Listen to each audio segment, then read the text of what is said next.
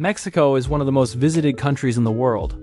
Every year, millions of American tourists cross the border for beaches, cheap medical care, or just a few days of sun and alcohol. Most trips end with nothing more than a hangover or a tan line. But every now and then, the stories turn dark, and what began as a holiday ends in a headline. Families back home are left to sort through fragments of information, while Mexican authorities try to contain the damage. 3 separate incidents involving American citizens reveal how quickly things can collapse. In the spring of 2024, 3 young men set out on a road trip to surf the Pacific coast of Baja California. 2 were Australians and 1 was an American. 25-year-old Jack Carter rode from San Diego. They loaded boards into a white pickup and drove down from Ensenada, into the empty stretches of coast that attract hardcore surfers. Friends and family followed their posts online. They seemed to be having the time of their lives, eating tacos, setting up tents near the cliffs, and chasing waves until the last light disappeared. Then the communication stopped. A FaceTime call froze in the middle of the night and the signal never came back. Days went by with no word. Relatives in the United States reported them missing. Flyers were taped to gas stations and small towns along the coast. Search groups went out with dogs. Rumors spread that a fisherman had seen headlights near the bluffs. Mexican investigators finally checked a forgotten well covered with wooden planks. When a rope was lowered into the shaft, the smell of bleach and decay rose up.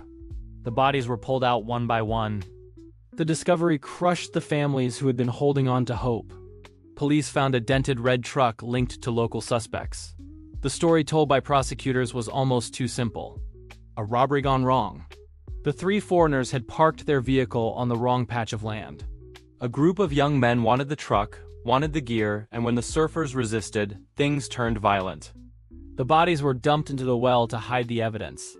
The explanation did nothing to ease the pain. For the families in Australia and the United States, it was hard to accept that a dream trip could end in such a careless way.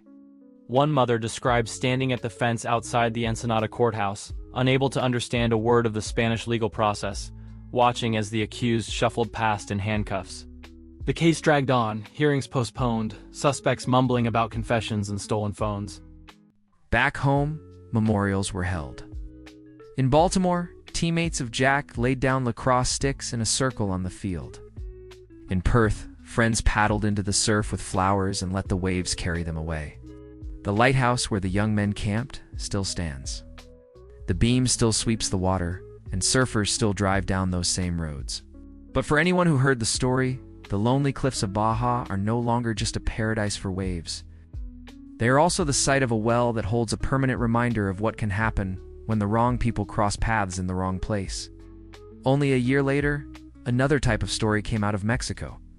This time not in a remote desert, but in one of its most famous resort cities. In Puerto Vallarta, in 2025, a new method of targeting tourists spread fast. Young Americans arrived for nightlife, beaches, and romance. Many used dating apps to meet locals. It seemed innocent, the same thing they would do back home. But several vanished after meeting matches in bars or on rooftops. One case stood out. Graduate student from Arizona flew down with friends. On a dating app, he connected with a profile that looked legitimate. The woman suggested meeting near the ATT's sunset, and he agreed. Witnesses later recalled seeing him with her at a bar.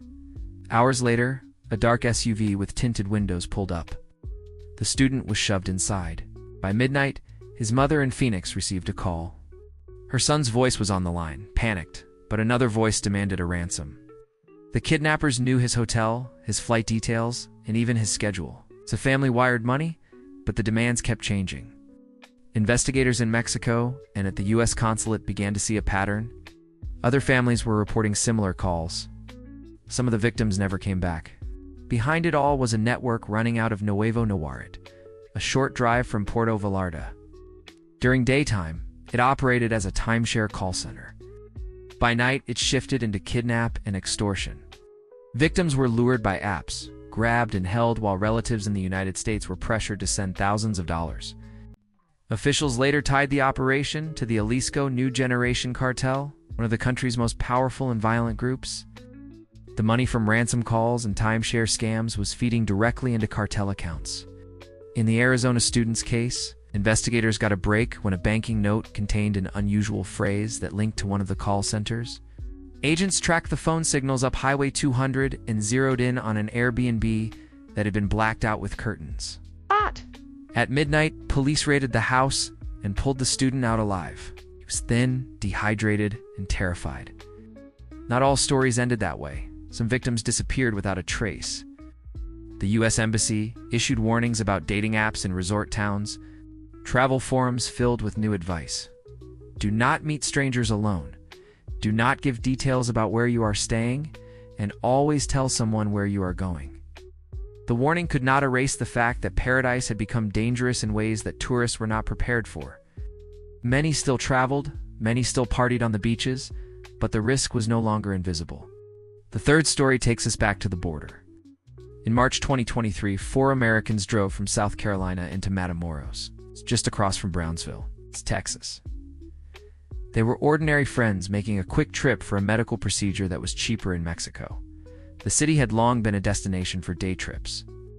Pharmacies, dentists, and doctors lined the streets. It was routine. But that day, gunfire broke out as the group crossed through town. Cartel gunmen mistook their van for rivals. Shots tore into the vehicle. Videos recorded by locals showed armed men dragging the Americans out and throwing them into trucks. 2 of them were killed almost immediately. The other 2 were driven away. For days, their families in the United States watched the news in horror. Mexican authorities scrambled to locate them. Finally, the survivors were found in a shack on the outskirts of the city.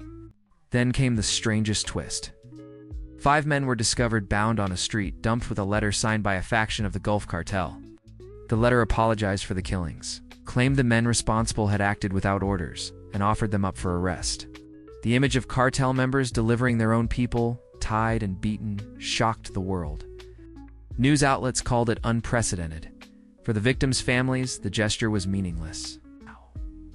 No apology could bring back the dead. The episode left deep scars. For border communities that had always seen Matamoros as part of daily life, the kidnapping changed everything. A place once used for cheap medicine or tacos was suddenly the scene of a massacre. American travelers were warned to stay away. The apology letter itself became a symbol of how cartels in Mexico sometimes try to manage their public image, as if an expression of regret could undo the blood spilled on the pavement. 3 different places. 3 different types of tourists. Yet each story shows how quickly an American can fall into danger south of the border. In all 3 cases, families were left with grief, confusion, and disbelief. Mexico remains one of the most visited countries by Americans, and most trips end safely. But for those who lived through these tragedies, the statistics do not matter.